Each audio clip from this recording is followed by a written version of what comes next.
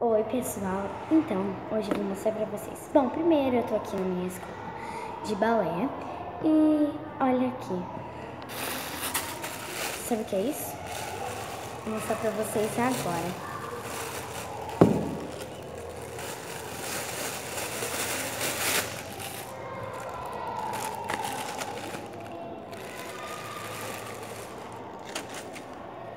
Minha primeira sapatilha de ponta. Legal, né? Vou abrir pra vocês verem.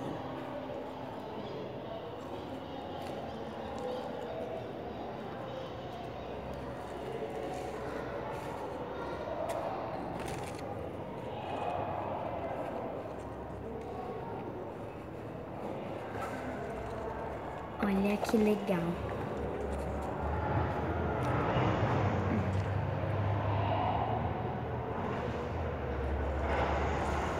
Olha a ponta. Não é demais. Essa é a minha primeira sapatilha de ponta.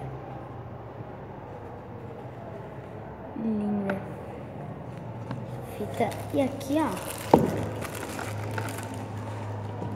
Vou abrir pra vocês verem.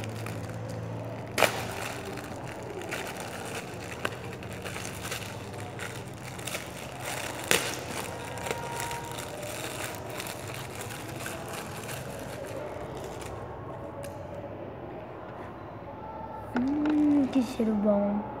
Essa daqui é a borrachinha de silicone para colocar aqui dentro. Gente, que cheiro. Eu vou colocar aqui dentro de volta.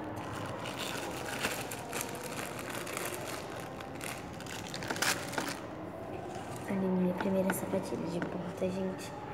É muito legal. Você não sabe a adrenalina que eu tô quando peguei logo a sapatilha. Nossa, demais.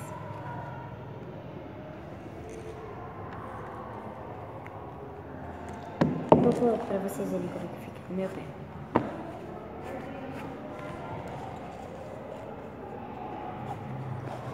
Eu tô de meia calça, né?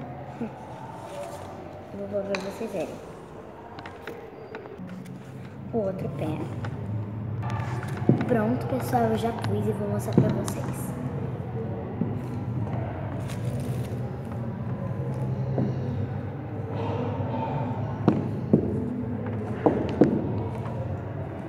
Dou o pé. Bom, tem que ter força no joelho. Então, um beijo, pessoal. Tchau! Tomara que vocês tenham gostado da minha primeira sapatilha de ponta.